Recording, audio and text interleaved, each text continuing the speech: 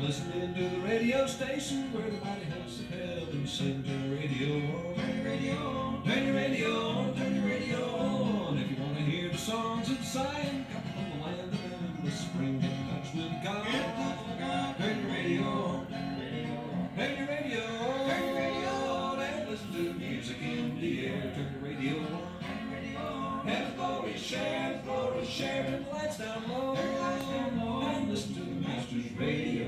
Get in touch with God. Turn your radio on, turn your radio on. Hey, Vinyl community, welcome back to Dad's on a Budget Vinyl. My name is Mark. I appreciate you coming and hanging out.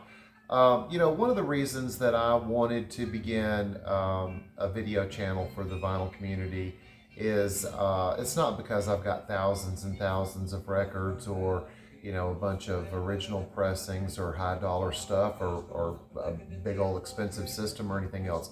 What I have is a music collection that I love and a stereo that it sounds good on. And I wanted to start a video channel so that I could shine a light and show some love on some artists that I don't really think get enough. Artists that have brought me a lot of pleasure and a lot of joy. Whether it's Professor Longhair or, Los Lobos or Willis Allen Ramsey or the Jayhawks or Andrew Bird or John Hartford. Looking kind of fat in my John Hartford shirt. John Hartford has brought me so much joy. His music has brought me so much joy over the years. Not only do I not really see him talked about that often, if at all, but also the genre that he represents, bluegrass music. I mean, we hardly ever talk about bluegrass, and I don't really get that, but we're going to today. I love John Hartford. John Hartford, banjo player, fiddler, guitar player, songwriter, DJ, graphic artist, calligrapher, worked for a record distributor, was a deckhand on a steamboat and eventually became a riverboat captain.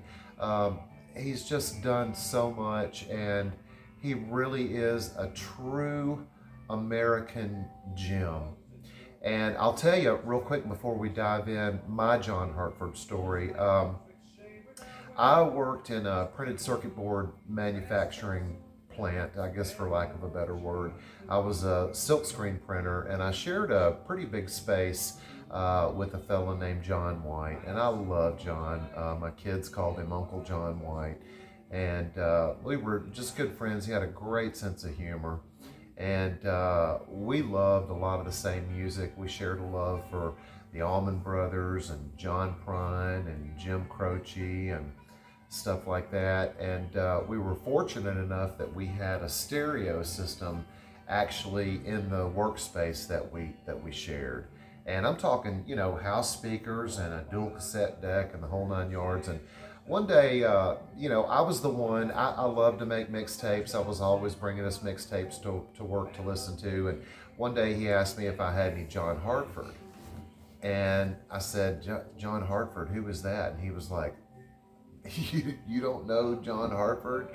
I was like, no, man, I don't. So, we lived in an apartment on Walnut Hill Lane in Dallas, or Irving, Texas, I guess, rather.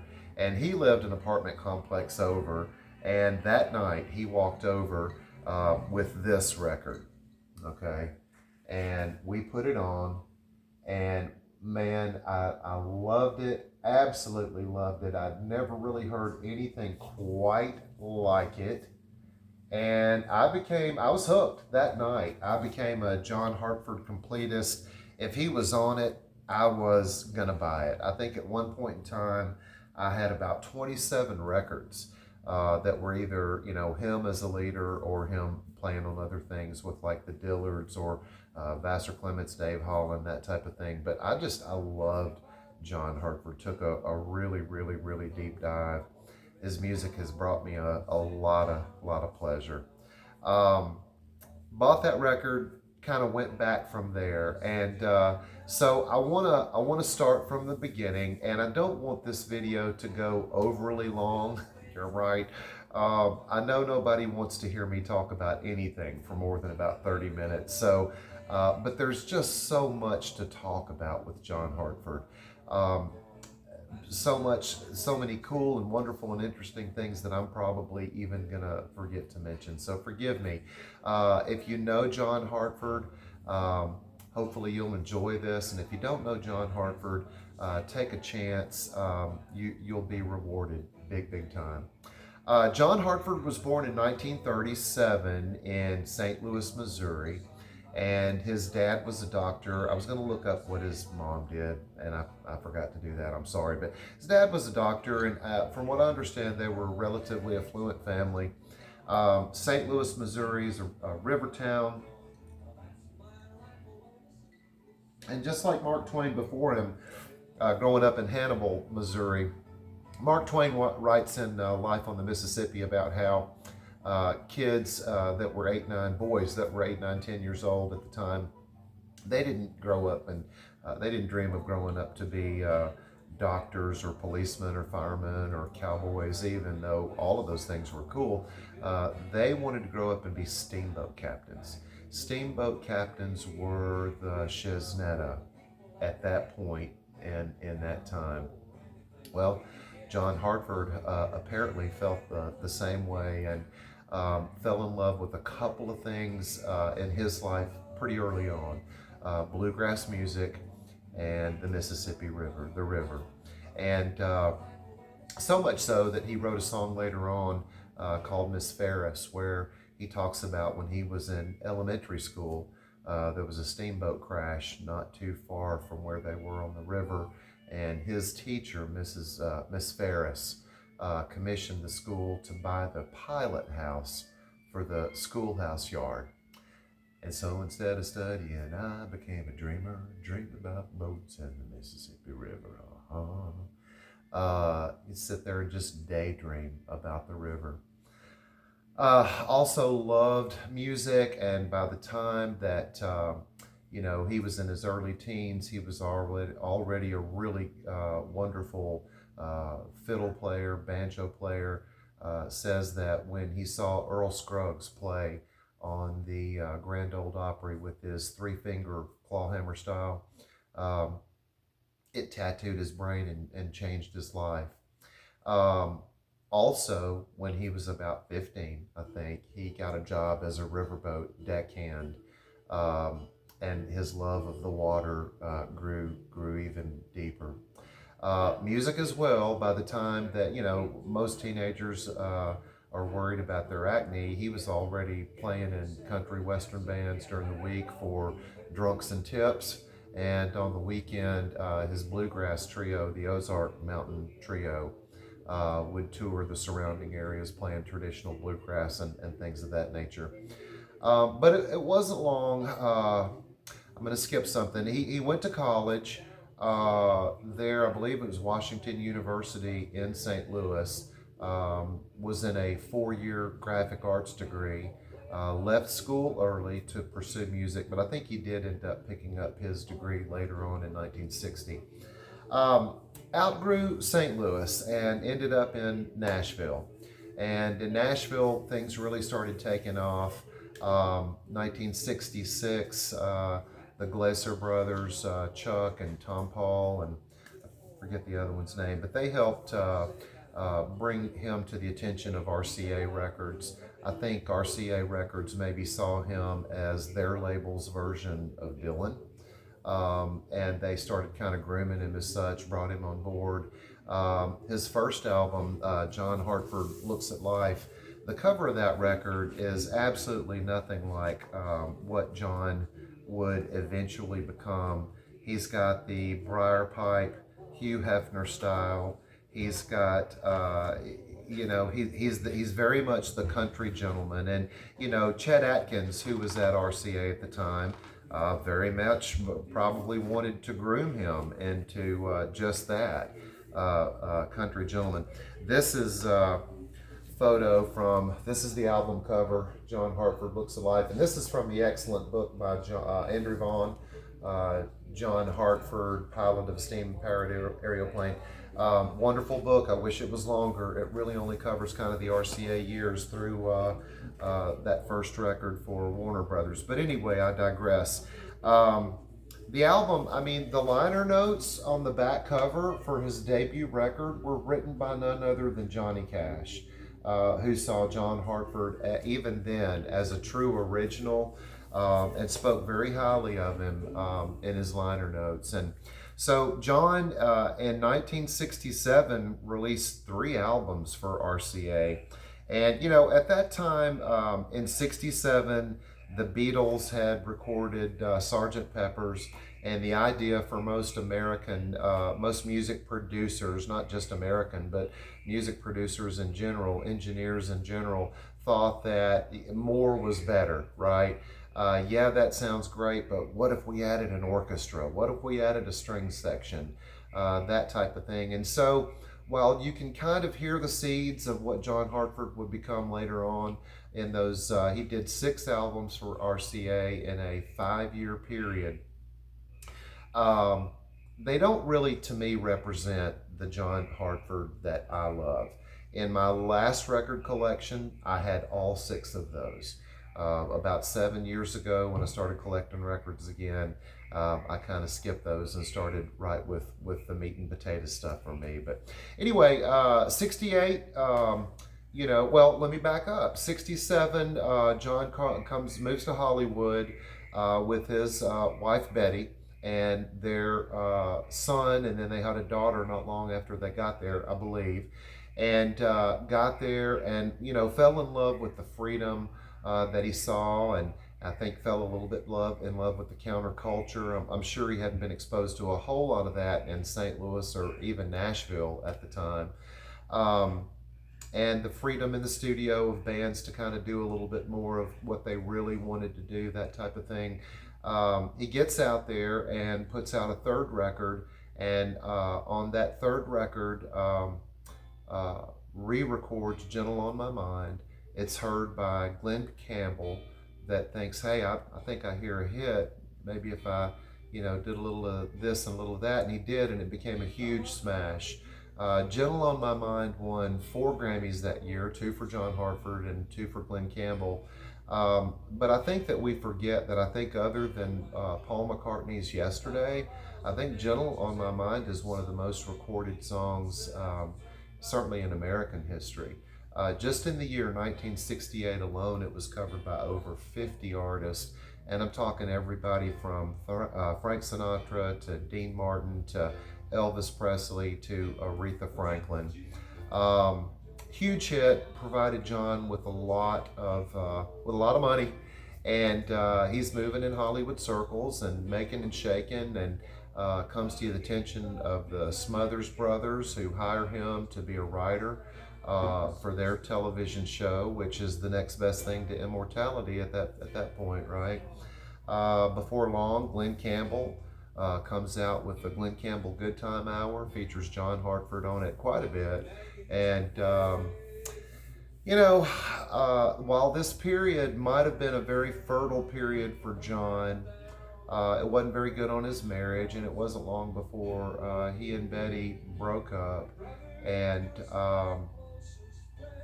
John recovered. I mean, he still did his thing and was gaining more and more and more popularity, but I think the more that he gained in that way, the less comfortable he became. I don't think that was his artistic vision. I don't think that was very true to his roots, and it wasn't too long before he bailed and got out of that scene. The last record that he did for RCA, Iron Mountain Depot, came out in 1970. I'm pretty sure that's a photo from that photo shoot. And that record contains a bluegrass instrumental cover of Hey Jude. And John really gets down on his banjo for the first time ever, really, out of all of those records. And I think that's when we really get a sense of things to come. In 1971, John signed with Warner Brothers and came out with this record. This is Aeroplane, John Hartford's Aeroplane. In my opinion, a perfect record. absolutely from start to finish. Um, Produced by David Bromberg. It features Tut Taylor on dobro, Norman Blake on acoustic guitar, flat pick guitar, and mandolin, and the brilliant Vassar Clements on fiddle. And, with the money that John had made with Gentle on My Mind, he didn't have to worry about a hit. Signing with Warner Brothers. Warner Brothers had a reputation for really taking an artist in and letting them do their thing and going an album or two or three without having a hit. And, I think that if John, of course, by this time, he's totally rejecting the countrypolitan look that RCA had groomed him for. He's grown his beard out, he's grown his hair. Here he is with his aviator goggles, and I love the shoes that he's got on in the back cover. But I think that if John had walked into the RCA offices looking like this, before they had even heard a word of music, a word of the lyrics, or a note of the music, they probably could have just read the lyric sheet and said, yeah, I think we're going to pass. What tattooed me when I heard this was it's bluegrass music played with a lot of reverence for the music, but there's counterculture references throughout it. There's, sitting at the city dump, passing the joint and the wine. There's waterbeds, and there's the Rolling Stone magazine, and all types of pop culture references. You just didn't hear that stuff in bluegrass or country and western music. Certainly not in traditional bluegrass circles in 1971. But here comes John, and a brand new genre is born called newgrass. And so many musicians, Sam Bush and Bela Fleck and David Rawlings and Gillian Welsh and Marty Stewart, and the list just goes on and on. So many musicians just fell in love with this record and were influenced by this record in so many ways. Like I say, it's traditional, but it's irreverent. The songs are beautiful. I mean, First Girl I loved. Presbyterian Guitar, which is what's playing right now, just absolutely beautiful. But the traditional stuff, Leather Britches and Vamp in the Middle and Back in the Good Old Days and Up on the Hill Where They Do the Boogie, I mean, those are fantastic bluegrass songs. And there's no doubt about it. The instrumental prowess is abounding on all of those. John stuck around on Warner Brothers for one more record, and I have to say that between the two of these are my two favorite of all of them.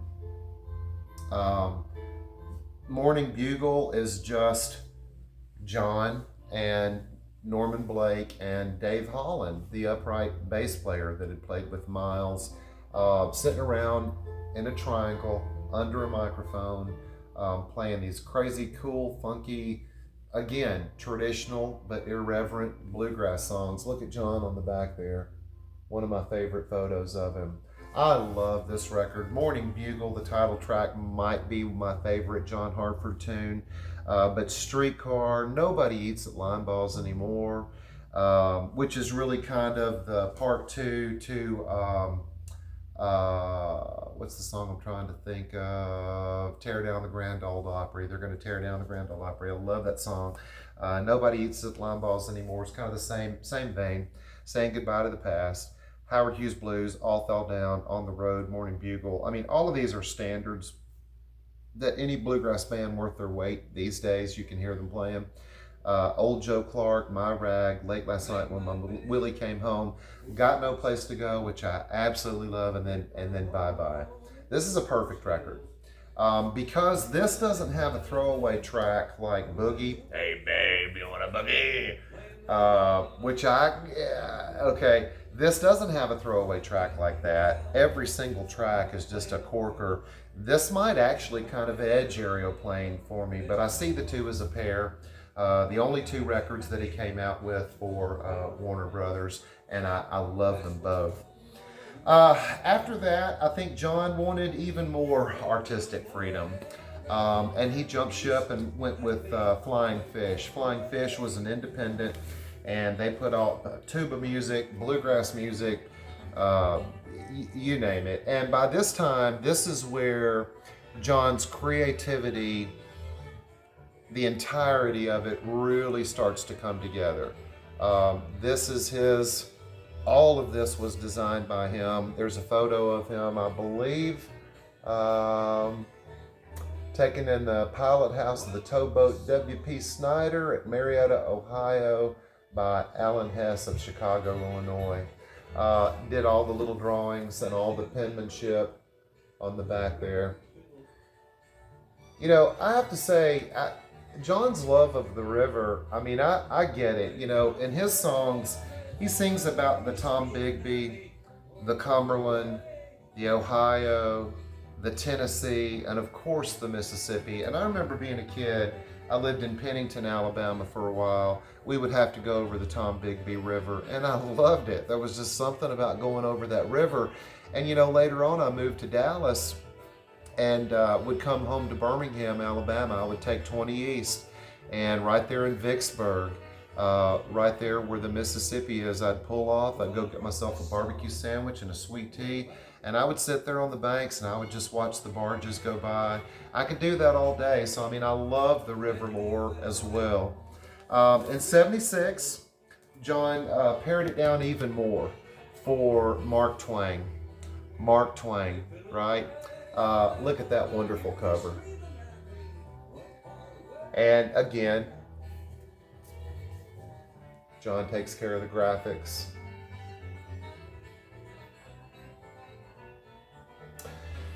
This is John basically by himself with either his fiddle or his banjo, clogging on a piece of amplified A-grade plywood, and so providing his own percussion.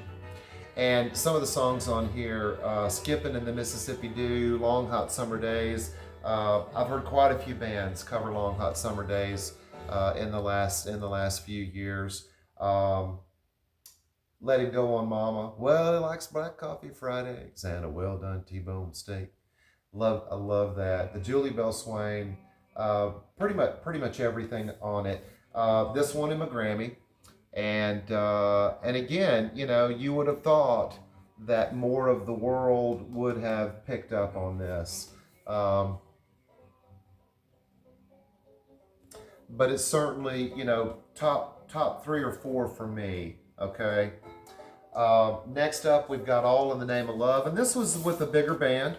I believe we've got drums on here, an electric guitar, and some other things. All in the Name of Love, Cuckoo's Nest, of the re-recorded kind of vamped up version of Gentle on My Mind, Dancing in the Bathtub, which I really, really, really love, The 6 O'Clock Train, and A Girl with Green Eyes. So again, you know, just kind of more of the same. This was recorded in Nashville, summer of 1977. And again, you know, John does all the graphics.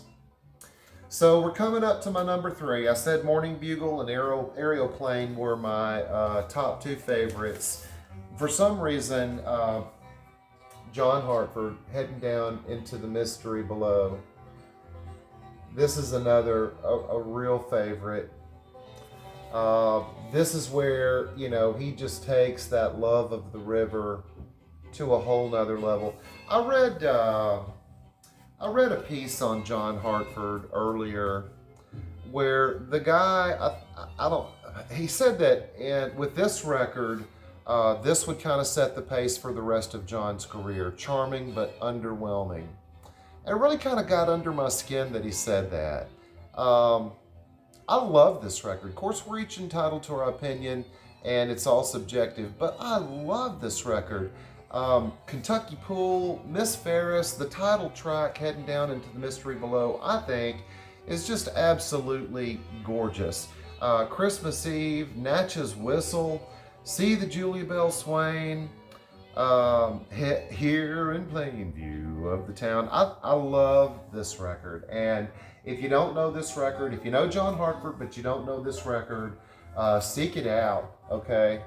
And if you don't know John Hartford, seek this one out if you want something a little bit more laid back. Like I say, this is just him a guitar or a banjo.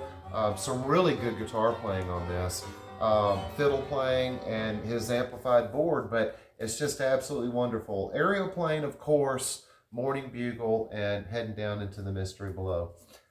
79, this is John Hartford, Pat Burton, and Benny Martin, Slumbering on the Cumberland. And it's another great one. And again, John does the graphics. And there's something. What did I read here?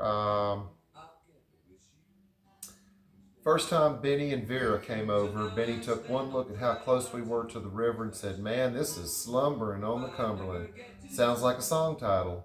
We suggested so, and so that night we picked and sang around on it, but not until he'd gone home and slumbered on the idea and reworked it the following morning on the telephone did it come together as Slumbering on the Cumberland. But they're talking on here about eating chicken cacciatore and green peas, and I don't know. I absolutely love it. It's another one of those. There's a steam parrot aeroplane playing in the background. I don't know if you guys have ever heard Newgrass Revival do that song, but man, they tear it up, absolutely. John and his later wife, Marie, his second wife, Marie, built a home on the bluffs overlooking the Cumberland River in a bend in the river.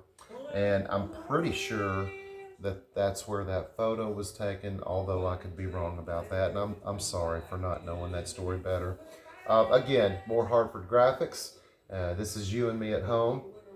This came out in '80, also on Flying Fish. This isn't my favorite record because this is like the opposite of this. This is with a much bigger band. You've got bass, you've got percussion, and of course you've got John on fiddle and vocals, Benny Martin on vocals, Buddy Emmons on steel guitar. And you know, it's pleasant enough. This record doesn't really do it for me. Okay. But I had to have it for sure.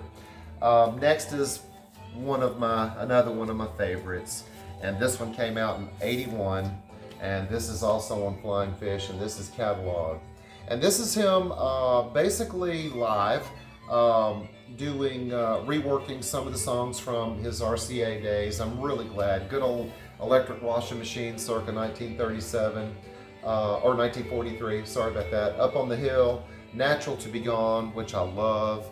I Would Not Be Here. We'll talk a little bit more about that in a moment.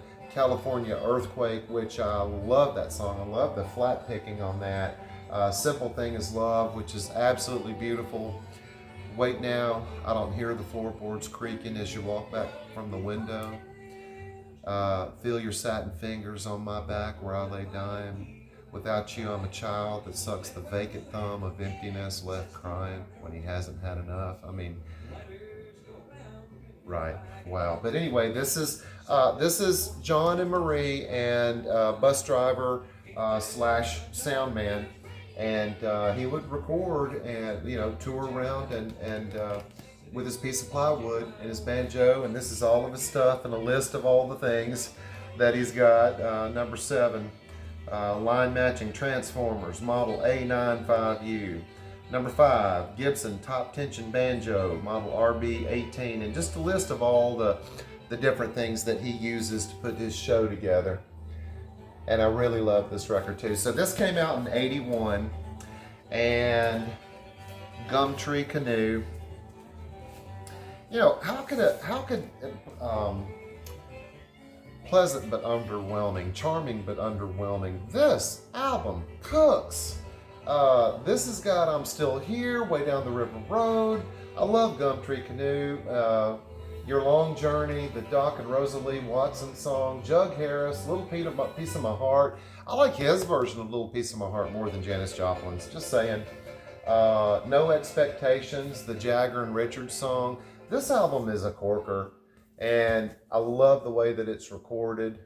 Mark Howard, I love his guitar playing, and of course it was recorded at the Cowboy Arms, and you've got Cowboy Jack Clement and Roy, oh, his name's escaping me, Roy Husky Jr.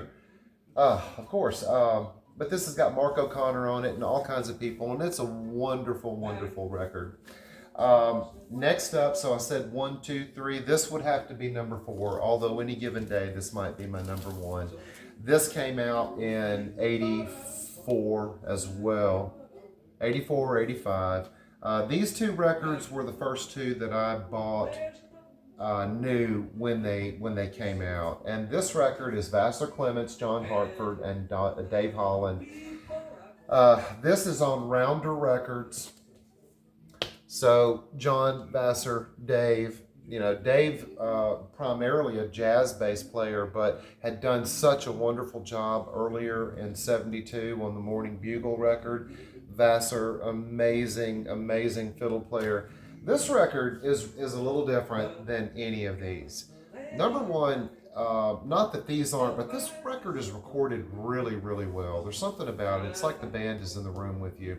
It's almost got kind of like a chamber music sound, but it's bluegrass and it drives, but it's also beautiful. And there's a song on here, Till Something Better Comes Along, that John sings falsetto, that is just absolutely gorgeous. But I love Pea Patch Jig, You Can't Run Away From Your Feet, Memories of Home, 10 Past 11, Scaping Out on the Roof.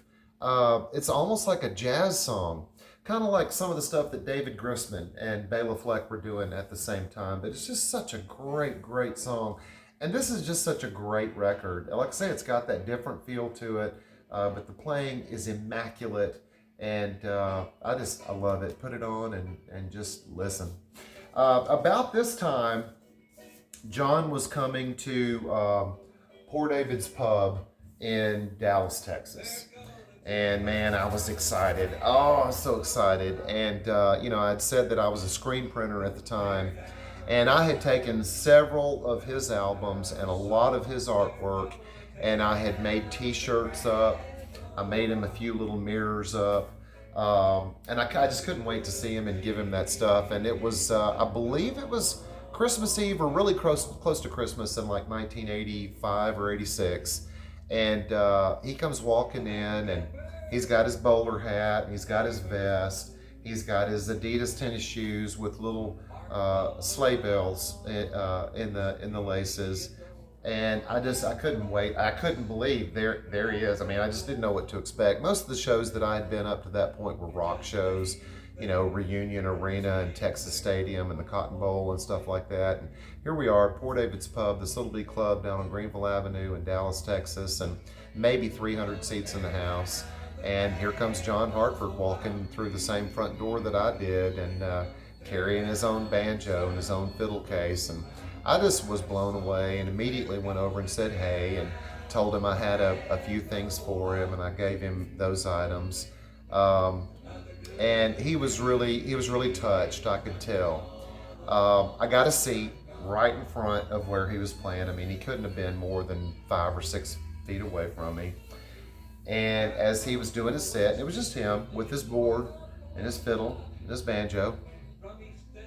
And as he was doing his show, I was singing along with him and harmonizing with him. And I don't think he quite was really enjoying it. Maybe I didn't sound as good as I thought I did.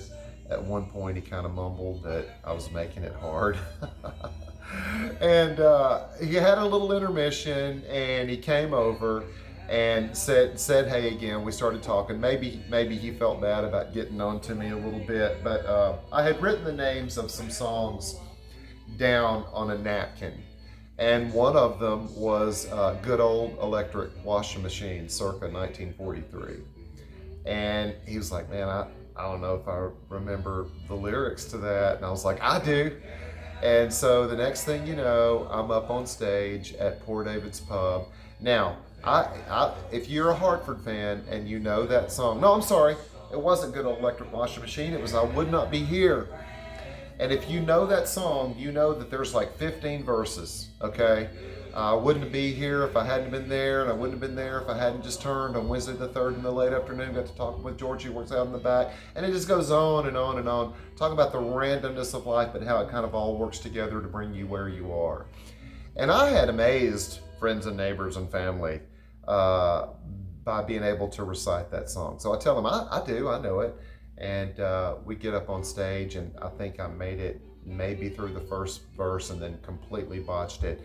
And John, being the professional that he was, just made it sound like it was part of the song, and we closed out with the chorus, and that was it. And everybody applauded. It was wonderful. Certainly one of my favorite memories.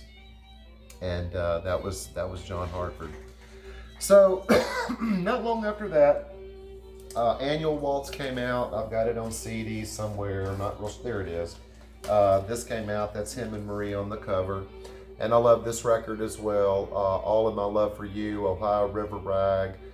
This is another wonderful record. I love Gone, Gone, Gone. That's a great one.